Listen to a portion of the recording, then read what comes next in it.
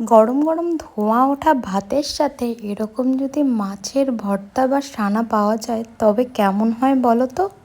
তো চলো আমরা আজকে মাছের ভর্তা বানিয়ে নিই। মাছগুলোকে আগে সেদ্ধ করে নেব হলুদ লবণ দিয়ে, আলুগুলোকেও সেদ্ধ করে নেব।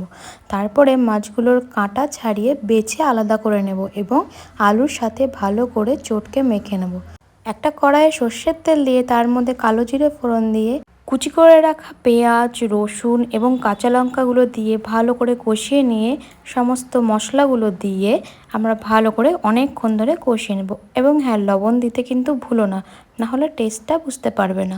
মাছ যখন সেদ্ধ করব তখন অল্প পরিমাণে দেবো যাতে মাছের মধ্যে লবণটা ঢোকে। তারপরে যখন মশলাগুলো ভাজা ভাজা হয়ে আসবে তখন আলু এবং মাছের সানাটা দিয়ে ভালো করে কষিয়ে নিয়ে একদম মাখা মাখা হয়ে আসবে তখন নামিয়ে নেব এবং গরম গরম ভাতের সাথে খেয়ে নেব।